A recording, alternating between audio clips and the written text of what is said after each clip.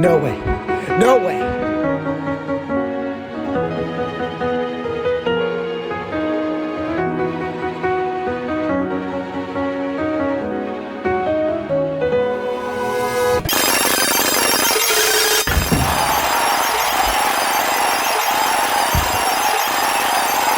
So, Deltarune chapters 3 and 4 were finally announced after all this time. Both chapters will be released on June 5th for $24.99, which is insane because, well, I mean, I've spent a little bit of time, going insane over this series, so I thought, hey, the chapters are about to be released, might as well get my final predictions out there now, because you better believe I have some thoughts. We're going frame by frame in this one, so the first few frames are rather simple. Toby Fox walking towards you in this costume. You'll notice that the dog nose is offset exactly by 1 pixel, just like the dog in the game, which is kind of weird because I always assumed that was a perspective thing, but apparently not. Then next we see Toby playing with some of the cartoon physics of having a cropped camera, and then the Deltarune logo appears. Then this little box goes over the 3 and 4. This is the same box used for the text boxes and other highlights in the game. The yellow new is the same yellow used in the spare icon. Now, next we have a black screen for a few frames, and then a brand new animation of Chris that I don't think we've seen before, and of course fading in from the iconic blue color. We get some fairly accurate descriptors of the game as Chris goes over and helps Susie up from a downed position. Susie fades in from the pink, which is interesting because it's not quite purple, but pink. Then, of course, Rousey walks in, completing our main trio. Of course, I do find it interesting that Chris helps up Susie, but Rousey just walks in normally. Now, this does lend itself to many theories because Chris doesn't exactly seem to be a big fan of Rousey. Things like T-theory and other interactions throughout the game have led us to think that for some reason, Chris doesn't like the best character? All of them are in their default Chapter 1 designs, but that kind of makes sense. They walk into Castletown as the Deltarune logo appears, and we get this wonderful freeze frame of Lancer, and we can see one of the Shadow Men in the corner over here from Chapter 3, next to Chapter 1 Rousey. Might not mean anything, but I just figured it might be important to point out, just in case there is some sort of weird connection where he ends up putting on the hat, maybe the weird route or something. Then the heart in the logo turns into the player's soul. We see some shots that we already see in the other chapters, like the K-round fight. I think that's this guy's name. I don't know. I'm not checking. We see some fairly recognizable scenes from Chapter 2, like the Susie and Lancer high five, the Sans interaction, and of course, Spampton G. Spampton. Then finally, we get into some new content. Now this was teased in earlier newsletters, but it is still interesting to see how it's evolved. We now have an ammo counter and a time limit when fighting the 2 mob boss characters known as the Shadow Men. We're trying to literally blow their socks off, it seems. I don't exactly get the theming, because, I don't know, do mob bosses wear socks especially or something?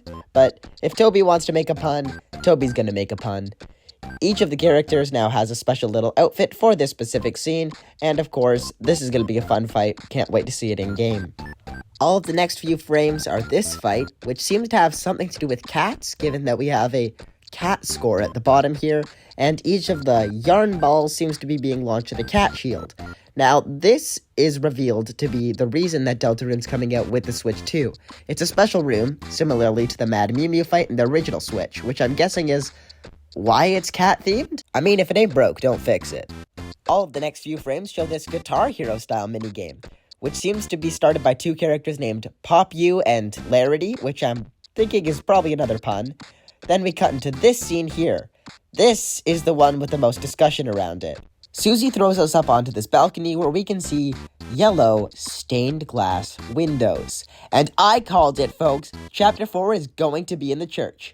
I mean, I didn't call it on the channel, but it was a private prediction of mine, okay? But more importantly, this shows us what's going to be in Chapter 4, as we see some sort of weird jumping game, where it seems like we have just run away from something where the glass shatters, and we have different colors. We're doing some sort of weird quick-time jumping event, and for some reason this sprite didn't change colors. I think that's just Toby being Toby once again. The running theory right now for the colors being different is that we're in a dark world that's darker yet darker. We see another example of this after Chapter 1 and Chapter 2 and Chapter 3 are waiting when we see Chris and Susie once again running away from some sort of darkness with the new color palettes and, of course, the Deltarune logo on the tiles. This basically confirms that Chapter 4 will be in the church and also strengthens the idea that they're running away from some sort of increase in darkness, perhaps leaving us on a cliffhanger for the next few chapters. Then finally we see this little cartoon bit where the angel's wings open up, revealing a save point with the heart at the center of it. Basically just confirming player angel theory. I'll go into the ramifications of this in a later video for sure because that's definitely going to come up at some point. That's kind of a big reveal. But Deltarune fans are eating good because there is more after this. On the Deltarune webpage for the Switch 2, we see a bunch more screenshots from inside of the game. Some of them are things that we haven't seen before. This one is especially interesting, referring to Jockington Grows the Beard, which I believe was teased by Toby a few years ago. Now, we also see this one, in which there's a stealth segment. Now, this stealth segment was said to have been cancelled in a previous newsletter.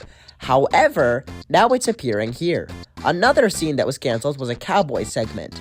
So if this was brought back, is it possible that the cowboy segment was too? Is it possible that Woody theory was correct and Toby Fox has been planning it all along? Oh wait, if you don't know what Woody theory is, basically this whole cowboy segment being cancelled correlates with Toy Story 2's plot, and Mike is Woody, basically. Go watch the original video, I can't explain it all here, it's insane. Anyways, if the stealth segment is still in here, then it stands to reason that this could be part of the secret boss, some sort of canceled TV show. And of course we have Jockington Grows the Beard. Now the border on this, once again, just confirms that Chapter 4 will be in the Dark World. But if Jockington's there, there's a good chance that Caddy will be too. This is important because Caddy's rather familiar with the dark arts, which by itself is pretty intriguing considering that this is taking place in the church Dark World. So it depends on whether Alvin is one of those hip pastors or if he's one of the guys that's trying to tell me that my Beetlejuice Ouija board is summoning demons. Though I highly doubt that Caddy's actually going to do anything, evil. She's just our childhood best friend sucked into a dark world who takes on the role of a mage character like in a video game with a bunch of religious connotations and connections to... Oh no. It might not have a lot of evidence, but Caddy definitely fulfills a lot of the requirements for a Weird Route victim. And Toriel is theorized to maybe be the one in Chapter 3, so... Guys, it's a theory.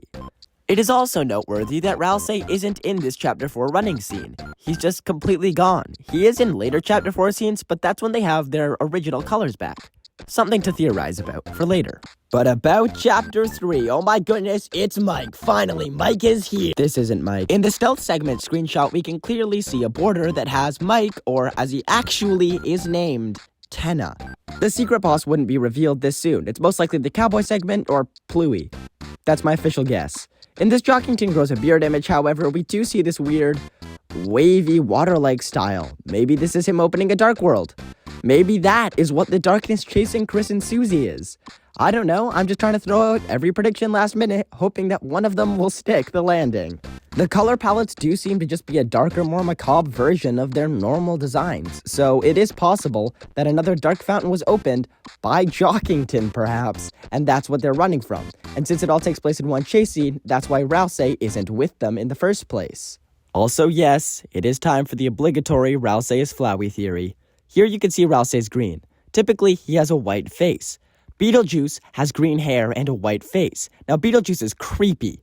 Very creepy. Creepy like a creeper. Creepers are made of plants. And my friend, plants can be flowers. So therefore, Ralsei is Flowey. Yes, it's confirmed, guys. Hi there. I'm sorry for that. My therapist said that I should come on here and admit that Ralsei isn't Flowey for both legal reasons and for my own psyche. I will not be doing this, which is why I'm recording this in a cave 3 weeks after I should be. And the reason my nose is plugged isn't because I'm sick.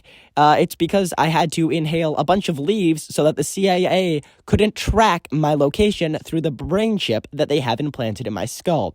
Nothing against the government, they've made some mistakes, but honestly, I'm with them on this one. I do need to be stopped. However, I will not stop. Ralsei is Flowey, and I will continue to prove it to the ends of the earth.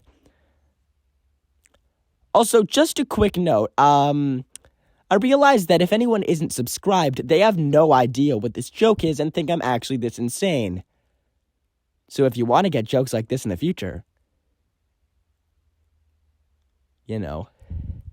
ask someone who's subscribed.